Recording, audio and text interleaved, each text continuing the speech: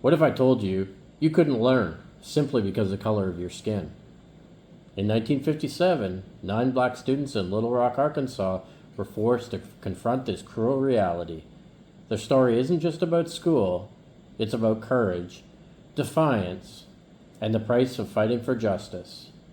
This is the untold story of the Little Rock Nine, the man who tried to stop them, and how a president's decision changed America forever. In 1954, the U.S. Supreme Court delivered a landmark ruling in Brown versus the Board of Education. Segregated schools were unconstitutional because separate is inherently unequal, is what the court declared. But in the South, many states resisted. They passed segregation academies, closed public schools, and promised massive resistance to integration. Arkansas was no exception.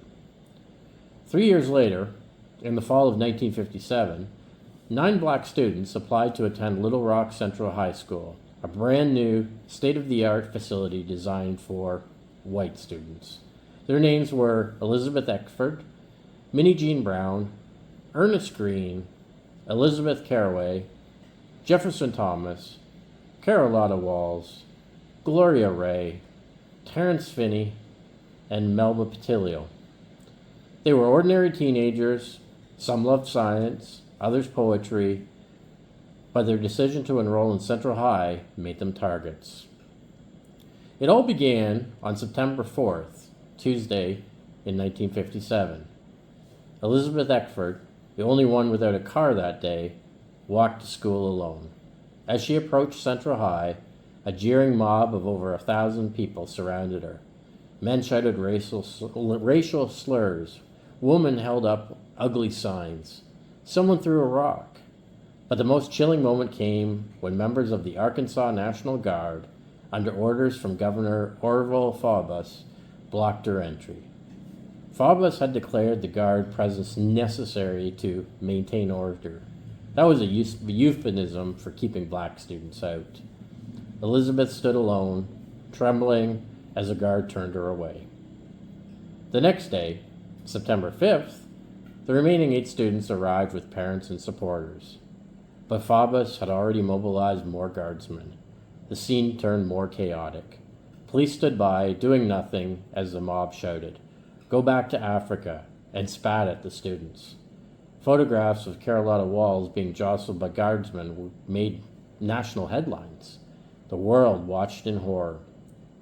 The question now hung over the nation. Would the federal government enforce its own laws? President Dwight D. Eisenhower, a former general, understood the stakes. Faubus's defiance wasn't just about schools. It was a direct challenge to federal authority. But Eisenhower hesitated.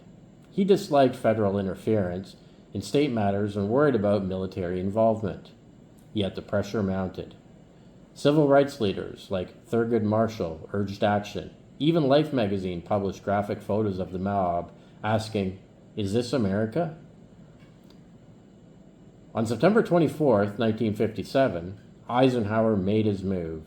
In a televised address, he announced he was federalizing the Arkansas National Guard and sending in the 101st Airborne Division, a unit of 1,200 soldiers, to Little Rock. The rule of law, he declared, must prevail. It was the first time since the Civil War that U.S. troops had been deployed to enforce civil rights. The soldiers arrived before dawn on September 25th. Armed and in uniform, they formed a human chain around Central High. At 8 a.m., the Little Rock Nine walked into the school under their protection. Elizabeth Caraway later remembered the relief. The soldiers didn't just guard us. They saw us. They knew we were human. But the battle wasn't over. Inside the school, the students faced a different kind of war. Classmates, they whispered racial slurs. Teachers assigned them extra homework to humiliate them. At lunch, other students would get up and leave. One day, someone even poisoned Melba Patillo's milk. Another day, Minnie Jean Brown was attacked in the hallway and was led away by soldiers. By November, she had been expelled for inciting a disturbance after she finally fought back.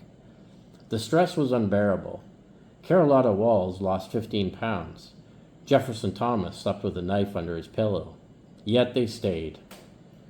But by June 1958, only Ernest Green remained. The others had transferred out or been expelled. But on June 18, 1958, Ernest became the first black student to graduate from Little Rock Central High. His valedictorian speech called for unity. We must not be enemies. Though much is taken, much remains. The school closed the next year amid ongoing violence, but the Little Rock Nine's legacy could not be buried.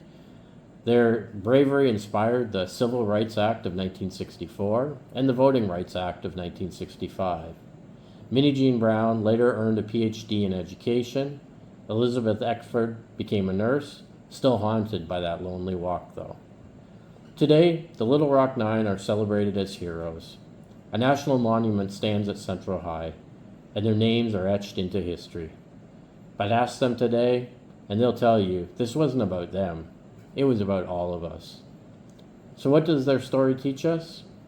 That progress demands sacrifice, that courage can be quiet, like Elizabeth's steady gaze as she walked past a mob, or loud, like Minnie Jean's first fist in the air, and that equality isn't automatic. It's something we must fight for every single day. If this story moved you, share it. If you believe in justice, speak up. And remember, the fire of change starts with one person saying, I belong here. Thanks for watching today. This is the Daily Pastcast. And if you like what you watched, come back every day, subscribe, like the channel, and there'll be more exciting and interesting stories like this.